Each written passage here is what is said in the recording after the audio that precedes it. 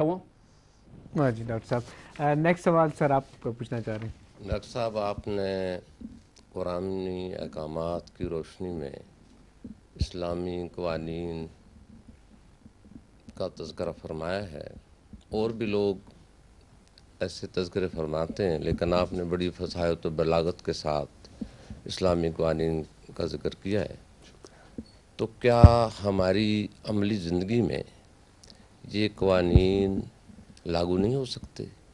اور میں یہ بھی پوچھنا چاہوں گا کہ آج تک پاکستان بنے ہوئے 60 سال ہو گئے ہیں، تو آج تک ہماری مقننہ اور عدلیہ نے اس سلسلے میں کوئی قدم کیوں نہیں اٹھایا؟ بہت بنیادی سوال آپ نے کیے، اور وہ سوال بیسکلی ان کے 3 سیگمنٹس میں quickly I will try to answer each one of them. پہلا سوال یہ ہے کہ کیا یہ قوانین جو اللہ رب العزت کی آخری بھیجی ہوئی واضح تحریری ہدایت جو آج ہمارے پاس قرآن حکیم کی شکل میں موجود ہے، اور جس کو آپ صلی اللہ علیہ وسلم کے زمانے سے ہی لوگوں نے ازبر کر لیا، زبانی اور حفاظ ہو گئے اور زبانی لوگوں نے یاد کر لیا، کیا اس کو عملی طور پہ زندگیوں میں نافذ کیا جا سکتا ہے؟ میں ایک ڈیفیکلٹی کی طرف آپ کی توجہ چاہتا ہوں اپنے دیکھنے اور سننے والوں۔ ڈیفیکلٹی یہ ہے کہ اگر کسی جگہ لائن بنانا ہے، ہمارا رویہ ایسا ہو گیا، تو میں کہتا ہوں کہ آپ لائن بنائیں، سارے لائن میں کھڑے ہوں، لیکن جب میں آؤں تو مجھے پروٹوکول دیا جائے، میں اس لائن کو کراس کروں، کھڑکی کے باہر کھڑے رہیں، میں اندر جاؤں، میں کرسی پہ بیٹھوں، اور میرا کام پہلے ہونا چاہیے۔ ٹریفک کی لائن ہے، لوگوں کو معلوم ہے کہ یہ سنگل وے ہے، اس کے باوجود ہم کوشش کرتے ہیں سنگل وے والی جگہ پہ 5 گاڑیاں ہم پیک کر کے ٹریفک بند کر دیتے ہیں، لیکن صبر کرنے کے لیے ہم تیار نہیں۔ جو قرآن حکیم کے احکامات اپنی زندگیوں پہ نافذ کرنا، ان کو طاری کرنا، ان کو لاگو کرنا، اس کا سب سے بڑا اختیار، سب سے واضح اختیار، سب سے سیدھا اختیار اللہ رب العزت نے میرے اور آپ کے ہاتھ میں رکھا ہے۔ میں آج یہاں آپ سے یہ عرض کرنا چاہتا ہوں، ہم ہمیشہ یہ کوشش کرتے ہیں، میں کہتا ہوں اچھائی ان سے شروع ہو، یہ کہتے ہیں نیکی وہ کریں، وہ کہتے ہیں بھلائی وہ کریں۔ آج عہد کر لیتے ہیں کہ جتنی جس کی توفیق ہے، یہاں ہاتھ کھڑا کر کے بتا دے، میں ہاتھ کھڑا کرتا ہوں، جتنی مجھے توفیق ہے میں اللہ رب العزت کا یہ قانون اپنے اوپر، اپنے گھر کے اوپر، اپنے معاملات کے اوپر لاگو کروں گا۔ آپ میں سے بھی کوئی ہے جو لاگو کرے گا؟ انشاءاللہ۔ ایک پہلو۔ دوسرا جو سوال ہے آپ کا وہ یہ ہے کہ 60 سال پاکستان کو بنے ہوئے ہو گئے، اور پاکستان کی عدلیہ کی آنکھیں کیوں بند ہیں اور مقننہ کیوں مجبور محض ہے؟ یہ بہت امپورٹنٹ سوال ہے۔ اس کا سبب ہمارے خوف ہیں، کوئی اتفاق کرے یا اختلاف کرے۔ ایک کھلی حقیقت یہ ہے کہ ہم زکوٰۃ کے نظام کو بہت پسند کرتے ہیں، لیکن جو زکوٰۃ کے نظام کی بات کرنے والے ہیں، وہ اگر ہم آپس میں بیٹھ کے دیکھیں تو زکوٰۃ دینے کی جب بات آتی ہے تو وہ اپنا مال مزکی کتنا کرتے ہیں، میں ان کا اور ان کا خدا کا معاملہ ہے ان کے اوپر میں چھوڑ دیتا ہوں۔ اسی طرح سے ہم کہتے ہیں انصاف ہونا چاہیے، برابری ہونی چاہیے، معاشرتی انصاف ہونا چاہیے، قومی سطح پہ انصاف ہونا چاہیے، لیکن میرے لیے ایک خصوصی طریقہ ہونا چاہیے اور باقیوں کے لیے خصوصی طریقہ نہیں ہونا چاہیے۔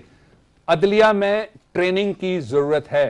مجھے یا راولپنڈی میں آپ کو ایک ذاتی تجربہ آپ سے شیئر کرنا چاہتا ہوں کہ ایک الیکشن تھا، اس میں جیلم بار ایسوسی ایشن کے اس وقت ایک بڑے وکیل صاحب تھے، عہدیدار تھے، وہ اس میں ان کے خلاف نااہلی کی درخواست آ گئی، اور نااہلی کی درخواست میں قضیہ یہ تھا کہ اگر کوئی شخص جو ہے وہ قتل کے مقدمے میں ملوث رہا ہو اور قتل کے مقدمے میں وہ راضینامے کی بنیاد پہ بری ہو جائے تو کیا وہ الیکشن لڑنے کے لیے اہل ہے یا الیکشن لڑنے کا نااہل ہے۔ اور اس وقت دوسری طرف کے جو وکیل تھے، آج کل ہائی کورٹ کے وہ جج ہیں، راولپنڈی سے ان کا تعلق ہے، اور وہ جو جج سننے والے تھے ہائی کورٹ کے، آج کل سپریم کورٹ میں، ان کا تعلق بھی راولپنڈی سے۔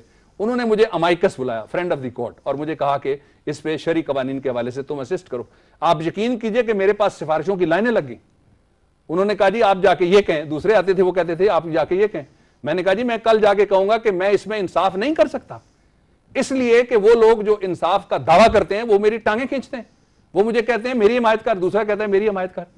پھر ایک اور ایسا واقعہ ہوا، وہ بھی راولپنڈی کی عدالت میں ہوا، ہائی کورٹ میں ہوا، وہ بھی رپورٹڈ کیس ہے، رسالے میں چھپا ہوا کیس ہے، کہ ایک میاں بیوی تھے، ان کی اولاد نہیں تھی، انہوں نے ایک بچی اڈاپٹ کر لی، اڈاپشن کے بعد ان میں ڈائیورس ہو گئی۔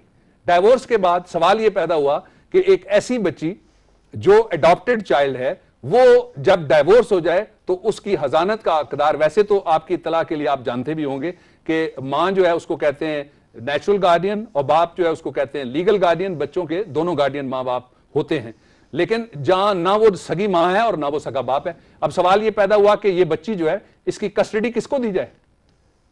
اس میں بھی آپ یقین کریے کہ قیامت ایک آ گئی جی کہ میرے پاس ایک سفارش آ رہی ہے، خواتین کا جرگہ آ رہا ہے کہ آپ نے اس کی حمایت کرنی ہے خاتون کی، مردوں کا جرگہ آ رہا ہے کہ آپ نے مرد کی حمایت کرنی. میں نے پھر کھل کے جو میں نے کہنا تھا وہ تو میں نے وہی کہا جو اللہ تعالیٰ کی طرف سے میرے لیے ایک ہدایت تھی کہ میں سچی بات کو اور سچی شہادت کو نہ چھپاؤں. میں نے سیدھی بات کی وہاں، وہ بھی رپورٹڈ کیس ہے.